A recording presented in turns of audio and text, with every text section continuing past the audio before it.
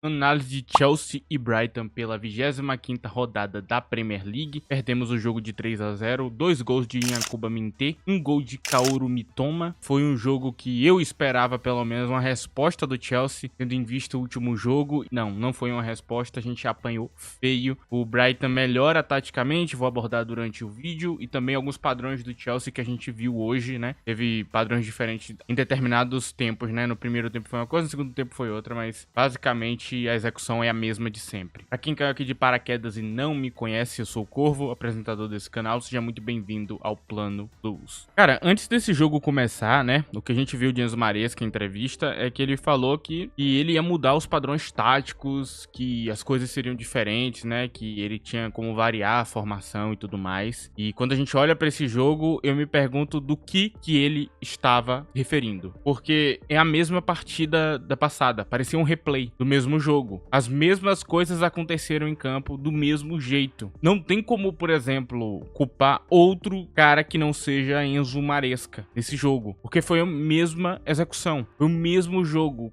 do mesmo jeito, com os mesmos padrões, sem mudar nada, sem nenhuma reflexão do que realmente a gente deveria estar fazendo em campo direito, sem ter qualquer tipo de padrão tático diferente, modificação, para realmente lidar com o que o Brighton tá trazendo para campo. O que a gente vê é o Brighton mudando de um jogo pro outro. E mudou muito bem, cara. O 5-4-1 que foi aplicado contra o nosso 4-2-3-1 foi perfeito. O Brighton dominou o jogo inteiro com uma mão nas costas, sabe? Sem nenhuma dificuldade, sem encontrar qualquer desafio. Não parecia ser um confronto, parecia apenas ser um jogo de manual pro Brighton só pra ganhar, sabe? Não parecia que o Chelsea tava disputando com um clube do mesmo nível. Parecia que a gente tava nível abaixo. O outro jogo teve algum equilíbrio. Esse não. Esse a gente apanhou 90 minutos. Em um determinado momento, o Brighton batia, no outro, o Chelsea apanhava. Esse foi o resumo de 90 minutos do jogo. O Chelsea produziu 2 ou 3 ataques no jogo inteiro. Teve uma oportunidade realmente boa, né? Nkunku consegue meter uma bola ali no canto. Bart Verbruggen faz uma excelente defesa. E foi a única oportunidade do jogo. De resto, a gente não teve. E lembrando que o jogo passado, a gente só faz um gol porque Bart Verbruggen comete um erro, né? A gente falando, mas se Bart Verbruggen não tivesse ali, a bola ia dentro do gol.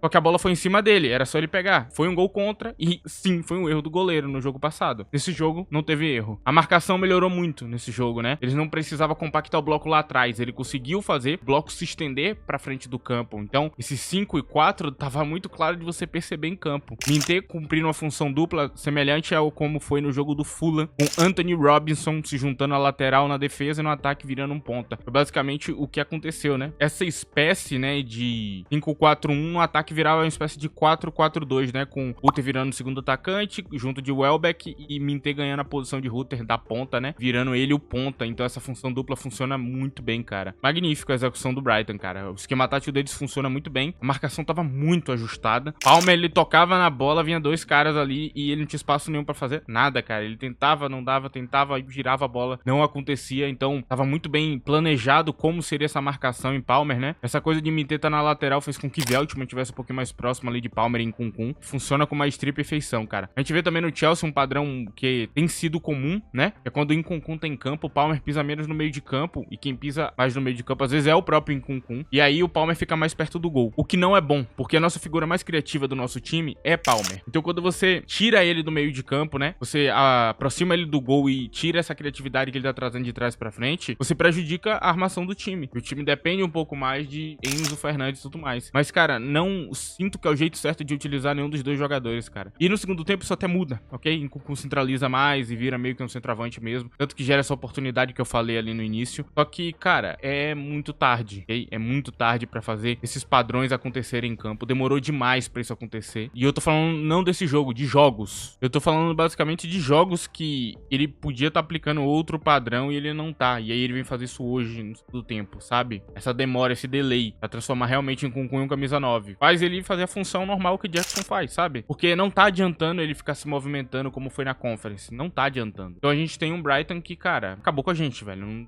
Não teve jogo, sabe? Tipo, o Brighton, ele era muito superior em campo. Muito. Não é tipo um pouquinho, era muito. E a linha de zaga, cara, foi perfeita. O Brighton marcou com maestria e perfeição, cara. Não dava um espaço, não dava uma nada. Tanto que o Chelsea ele não ataca, né? São 80 minutos pra uma finalização, cara. Eu não estou brincando, isso rolou em campo, cara. Então essa partida foi um replay da outra, só que o replay do que mais rolou no outro jogo, né? Que a gente girando bola e não conseguindo fazer nada em campo. E a gente não consegue executar uma maldita jogada, cara. Tem um determinado momento que o Madueke cai em campo no primeiro tempo. Sinto que ele seria um cara importante pra esse jogo, pra gente ter algo diferente em campo, né? Não acontece. Ele cai em campo, a gente perde esse jogador importante. E a partir dali, a partida piora bastante. E aí tem uma piora no jogo. Sancho com muita dificuldade de enfrentar um time compactado, né? Já mostrou isso em outros jogos e nesse ele mostra de novo a mesma coisa. Só que ao mesmo tempo a gente tem uma coisa geral, né? Ninguém jogou bem nesse jogo. Minha sensação é essa, cara. Eu não sinto que nenhum jogador se sobressaiu em nada. Então é um time apagado. É um time no fim, sabe? E, cara, eu volto a falar, cara. Ele precisa reagir em relação ao esquema tático. Ele precisa fazer mudanças. Ele precisa fazer acontecer, cara. Ele não tá fazendo nada. Ele continua com a mesma ideia. Cara, parece que ele não tem nada pra fazer, tá ligado? Bizarro, cara. Bizarro. Enzo Maresca, ele simplesmente não muda, cara. Tá pior que Pochettino, sinceramente, nesse quesito aí de fazer mudanças táticas, tá pior que Pochettino. Pochettino era muito cabeça dura, não mudava também, mas, cara, ele mudava com o tempo, sabe? Tipo, passava uns 3 jogos fazendo uma coisa que tá dando errado, ele fazia várias modificações e tudo mais, tentava outros jogadores. Enzo Maresca não, cara, ele, mano, é isso e acabou, velho, não tem saída, é o mesmo futebol sempre e tá dando errado, cara. É uma cópia do guardiolismo que executa o que Pep Guardiola faz da pior maneira possível, cara. De uma maneira previsível, de uma maneira desequilibrada, de uma maneira que é onde a gente deixa a defesa exposta, como foi no gol de Kaoru Mitoma. Se você parar pra prestar atenção, né? Ali tem aquele acionamento rápido, você vê que a linha de marcação tá bem bagunçada, como sempre. O time que tenta fazer, né, essa linha alta e quanto mais subia a linha, mais perigoso ficava o jogo, né? O Brighton tava aproveitando muito dessa linha alta e, cara, foi um inferno esse jogo. Cara, que partida tenebrosa do Chelsea, cara, sinceramente. E aí, quando você olha pro banco de reserva, por exemplo, tem o caso, tipo, sai Caicedo pra entrar Kernandes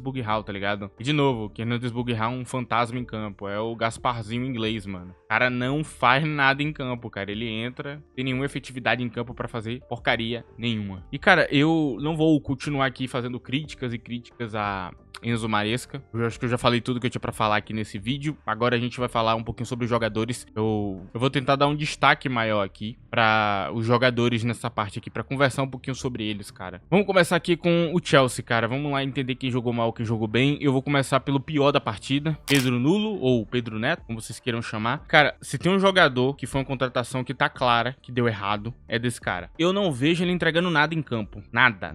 Eu não consigo pensar em algo que ele tenha produzido realmente nessa temporada. A gente tem um jogador que fez um gol de fora da área e acabou por aí. Não tem mais nada. Ele é improdutivo pra caramba em todos os sentidos. O duelo dele é ruim. Ele não traz nada pra campo. E nesse jogo piorou, porque a gente tava precisando, sabe? Eu sinto que os outros pontas que entraram em campo, por exemplo, o Tariq Jorge, jogou melhor que ele. Sancho, jogou melhor que ele. Pedro Neto, tudo que ele fazia errava. Tudo.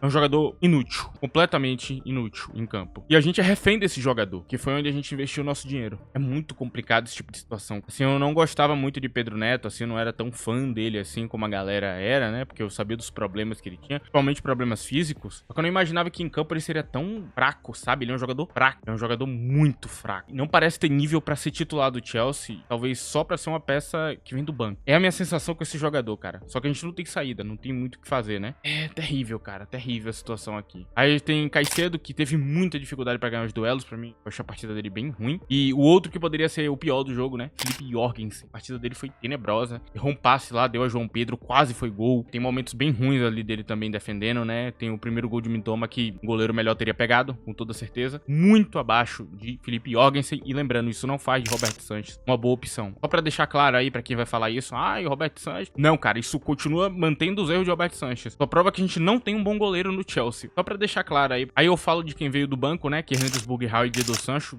Odiei o jogo dos dois. É muito fraco. Tem o Reece James que vem do banco e faz meio que uma espécie de inversão ali, vira meio que um lateral invertido. Ele faz alguma coisa em campo, faz um bom papel. Você vê que dá uma dinâmica legal pro jogo quando Reece James entra, ok? Reece James faz alguma coisa em campo com esse lateral invertido que ele fez. É uma mudança tática, né? De tentar fazer James jogar um pouquinho mais por dentro e mudar um pouco a dinâmica do jogo, mas não adianta, não é o suficiente. Só que, claro, ele tem uma participação muito legal ali quando ele entra, dá pra dizer que foi algo minimamente positivo. De resto, eu diria que todo o elenco jogou mal, e é por isso que nesse jogo eu não vou elogiar nenhum jogador. Pra mim, ninguém jogou bem. Todo o resto do elenco jogou mal também, cara. Só que em proporções menores. Esses que eu destaquei aqui foram bem mal, bem abaixo da média, perdidos em campo, mas esses outros, mano, ninguém fez uma boa partida. Não tem nenhum jogador do Chelsea que fez um bom jogo. Parece que todo mundo é ruim no final do dia, e isso é assustador, cara, porque isso é resultado única e exclusivamente do treinador. O treinador não tá fazendo um bom papel. Por outro lado, né, do outro lado que a gente tem um papel reverso, temos um treinador extraindo muito dos seus jogadores, cara. O uso de Yankuba Minteh nesse jogo foi perfeito. E eu comecei no Chelsea falando de quem jogou mal. No Brighton eu vou começar falando de quem jogou bem, cara. E, cara, Yankuba Minteh fez um papel fundamental pro jogo. Fazer essa função dupla não é fácil. E a execução foi maravilhosa. 2 gols. O jogador presente, fisicamente superior nos duelos com todo mundo. Eu já tinha elogiado muito a parte física de Minteh pra quem acompanha o canal, né? Sabe que eu gosto muito dele como jogador nessa parte. Realmente tem uma dedicação muito boa e provou que pode ser um lateral, cara. Fundamental pra que o Brighton conseguisse essa vitória com muita facilidade, ok? Então, cara, pra mim, Yankuba Minteh foi o MVP do Brighton no jogo e o MVP do jogo no geral, ok? Ele foi o melhor jogador em campo, foi atuação perfeita. Aí a gente também tem alguns elogios aqui pra o Pelé Welbeck, né?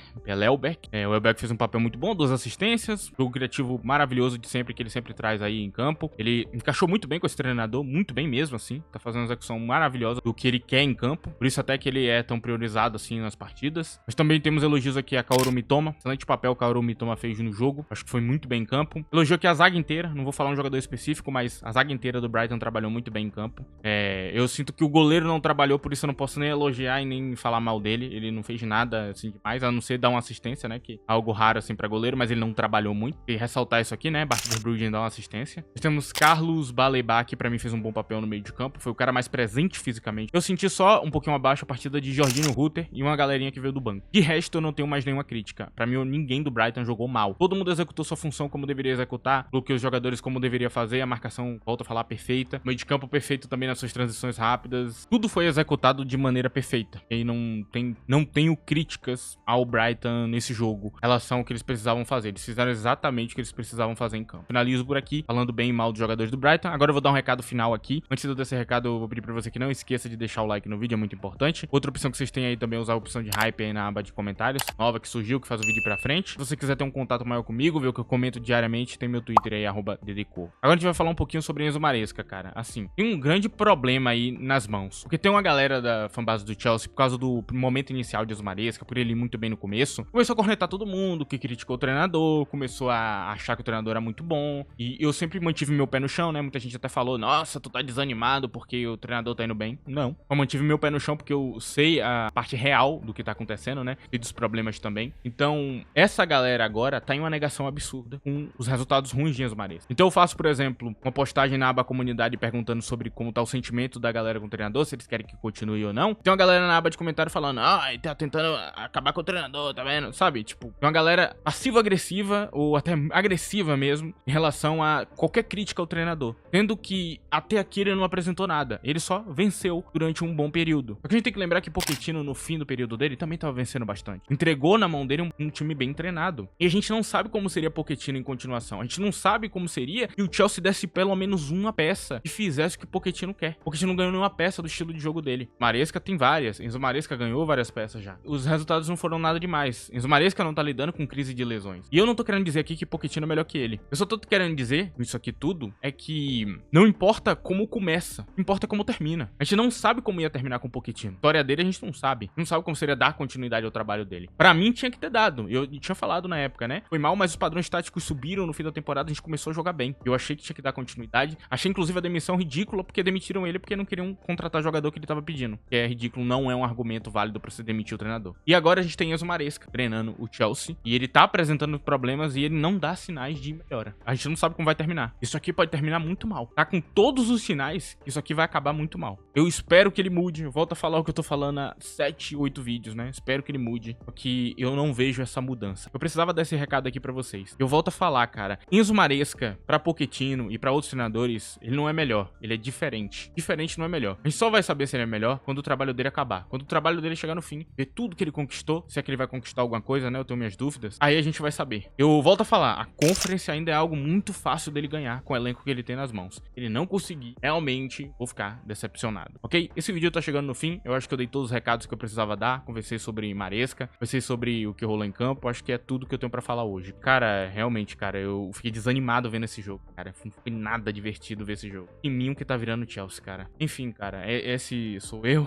frustrado aqui no fim de um jogo. E é isso, rapaz. Agradeço a você que deixou o like. Agradeço a você que deu opção de hype. E agradeço a você que chegou até aqui. Obrigado por escutar tudo isso que eu tinha pra falar hoje. É isso, rapaziada. Tchau.